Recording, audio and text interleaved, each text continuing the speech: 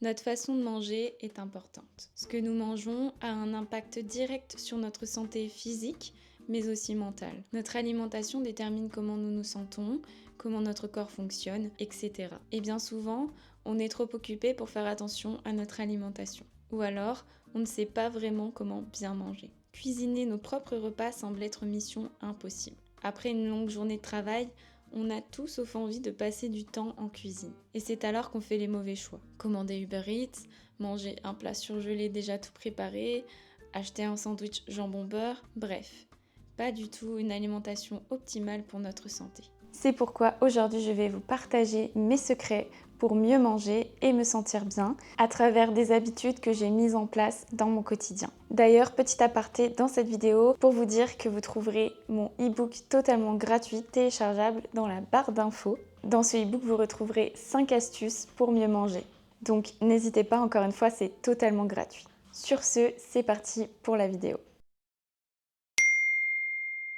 Le meal prep, c'est vraiment la clé pour rester organisé et surtout être certain de bien manger. C'est un gain de temps énorme et une charge mentale en moins. Croyez-moi, une fois que vous l'aurez essayé, vous ne pourrez plus vous en passer. Pour moi, le meal prep est vraiment devenu un essentiel pour être sûr de bien manger. Et puis, on ne va pas se mentir, ça permet aussi de faire de sacrées économies. Car manger dehors est devenu très cher. Donc, le meal prep, vous allez voir, c'est vraiment simple. Je réfléchis en avance à des idées de repas que j'ai envie de manger pour la semaine suivante et je fais ensuite une liste de courses en fonction. Je me garde un jour dans la semaine, généralement le dimanche, pour cuisiner au maximum en avance. Je prépare essentiellement les déjeuners car c'est le moment de la semaine où j'ai le moins le temps de cuisiner. Ça fait gagner un temps fou. Je fais également en sorte de cuisiner pour les dîners, histoire de ne pas être tentée de manger n'importe quoi le soir, avec la fatigue, etc. On est plus souvent tenté, je trouve. Donc, je prépare déjeuner, dîner et parfois aussi les petits déjeuners. Des overnight oats, des chia puddings ou même des pancakes. Et de façon très occasionnelle, je prépare aussi des snacks comme un banana bread ou des muffins. Généralement, la semaine, ma morning routine reste la même. Je fais en sorte de me lever le plus tôt possible pour avoir du temps sur toute ma journée. Je mets le réveil pour 7 heures et une fois réveillée, je bois toujours un grand verre d'eau. Ça permet à mon système digestif de se remettre en route. Je vais ensuite à la salle de bain pour me préparer. Je mets mes lentilles et je fais ma skincare. Je commence par cette étape car ça me permet de me réveiller en douceur et de laisser le temps à mon corps de se réveiller également avant de prendre un bon petit déjeuner. Je n'ai pas toujours faim ou envie de manger tout de suite au réveil, donc en faisant ainsi, j'ai le temps d'avoir faim. Une fois que j'ai fini ma petite préparation, je me dirige dans la cuisine pour prendre un bon petit déjeuner. Je fais toujours en sorte de prendre un petit déjeuner bien équilibré avec notamment un bon apport en protéines. Très important pour éviter les fringales en cours de matinée.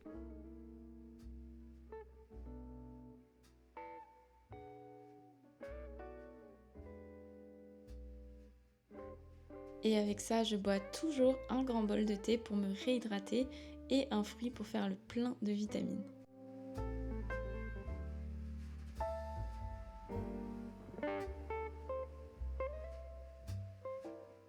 Puis, une fois mon petit déjeuner englouti, je vais me maquiller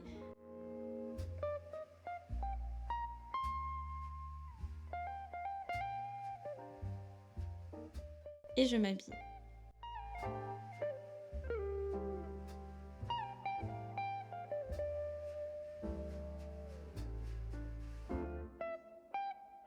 Après ça, il est temps pour moi de me mettre au travail.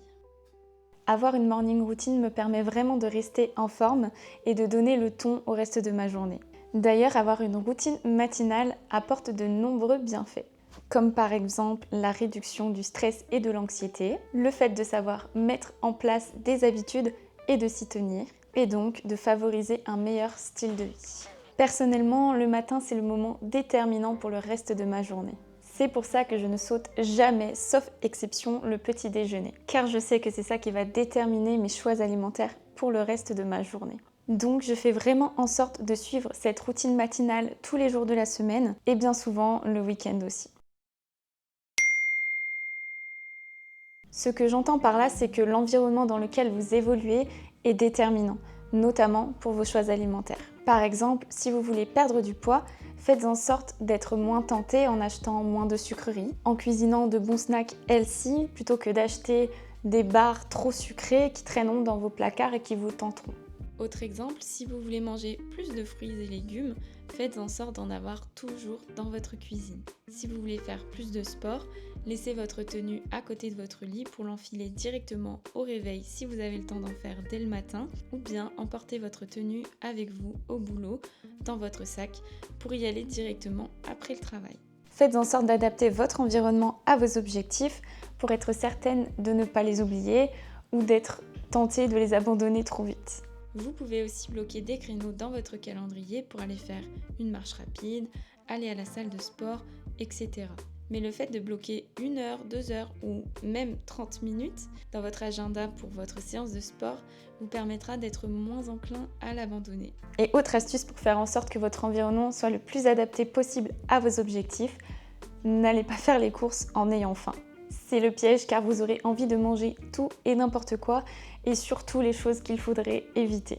Donc si vous voulez manger sainement, je vous conseille fortement d'aller faire vos courses sans avoir faim. Et en plus, si vous faites du meal prep, vous aurez normalement établi votre liste de courses avec des aliments sains pour vos recettes, donc pas de tentation. De manière générale, il est essentiel de rester discipliné. La discipline passe avant la motivation. Car si vous comptez sur votre motivation, alors vous avez plus de risques d'échouer que si vous faites en sorte de rester discipliné. Vous ne serez jamais toujours motivé. Cette phrase est bizarrement dite, mais je crois que vous avez compris ce que je voulais dire. C'est impossible à mon sens d'être toujours motivé à bien manger, à aller au sport, etc. Personnellement, il y a beaucoup de fois où je ne suis pas du tout motivée à aller à la salle de sport. Parce qu'il pleut et que j'ai pas envie de marcher sous la pluie, parce que je préférerais bien me poser dans le canapé devant une série, parce que je suis fatiguée à force d'avoir travaillé, etc. Mais ce qui me pousse à aller à la salle de sport pour faire mes séances, c'est vraiment la discipline. Je me rappelle sans cesse pourquoi je fais tout ça. Je pense à la sensation de bien-être et de fierté presque que j'ai quasiment à chaque fois que j'ai fini ma séance de sport, etc. J'essaye vraiment de garder tout ça en tête et je ne me laisse pas le choix. Par exemple, si je décide d'aller à la salle le matin, j'enfile tout de suite ma tenue de sport pour ne pas me laisser le choix.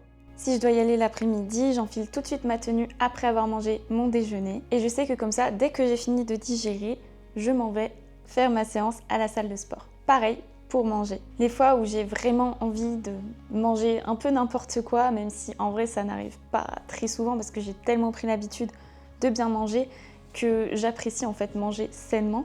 Mais bref, les rares fois où j'ai quand même envie de mal manger, je me rappelle justement comment je me sens quand j'ai mal mangé et surtout comment je me sens quand je mange bien. Je dors mieux, je digère mieux, j'ai plus d'énergie, je suis de meilleure humeur, etc. C'est un réflexe à prendre au début. Il faut se forcer si vous n'avez pas l'habitude d'être discipliné et vous verrez qu'une fois que vous aurez ancré ces habitudes et donc cette discipline, vous aurez plus de facilité à résister à la flemme. Dernière chose pour rester discipliné, c'est de trouver votre pourquoi. Pourquoi vous voulez mieux manger, pourquoi est-ce que vous voulez vous mettre au sport, etc. Je vous conseille de vous poser et d'écrire tout ça sur une feuille. Ça vous permettra vraiment d'avoir une ligne directrice, de donner du sens à tous ces efforts que vous mettez en place. Personnellement, j'ai plusieurs pourquoi. Et quand je ne suis pas tellement motivée, je me rappelle c'est pourquoi et tout de suite, ça va déjà un petit peu mieux. Alors, trouvez vos propres sources de motivation, vos pourquoi qui font que vous avez envie de mettre en place des habitudes plus saines dans votre vie.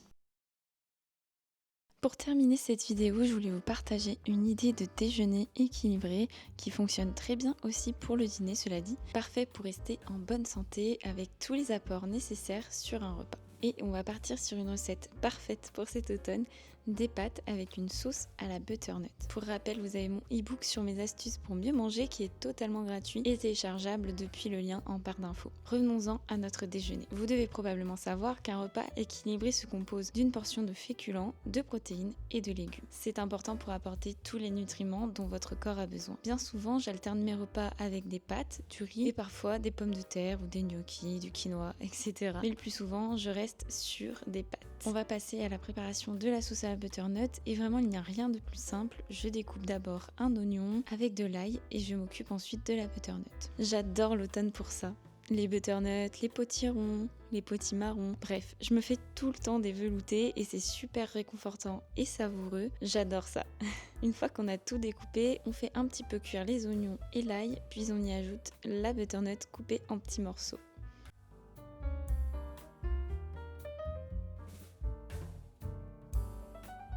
Je laisse réduire le tout. La butternut, ça met quand même un peu de temps à cuire. Il faut qu'elle soit bien fondante, donc on patiente.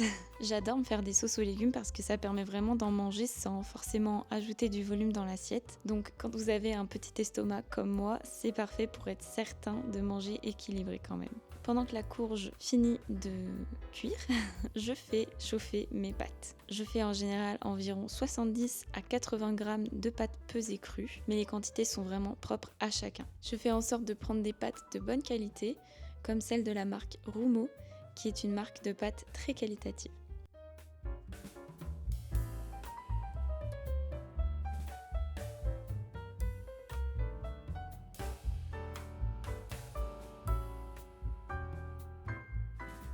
Quand ma butternut est assez fondante, je la place dans un mixeur.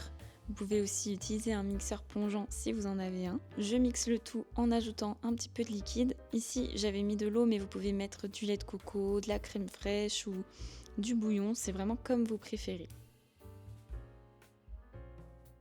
Je mixe jusqu'à obtenir un velouté.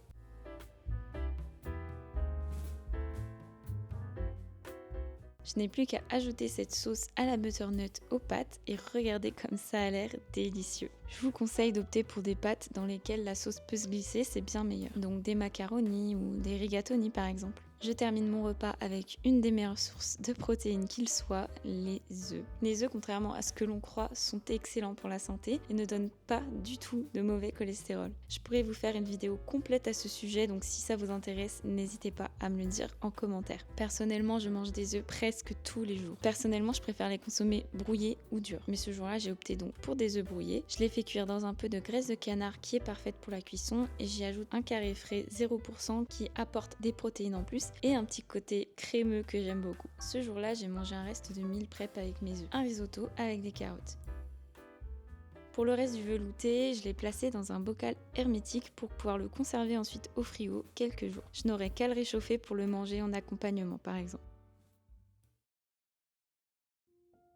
J'espère que cette vidéo vous aura plu et surtout qu'elle vous aura aidé. Comme toujours, n'hésitez pas à me dire ce que vous en aurez pensé dans les commentaires. Je les lis tous à chaque fois et vous pouvez aussi mettre un petit pouce bleu, ça me soutient énormément. Quant à moi, je vous dis à la prochaine et d'ici là, comme d'habitude, prenez bien soin de vous.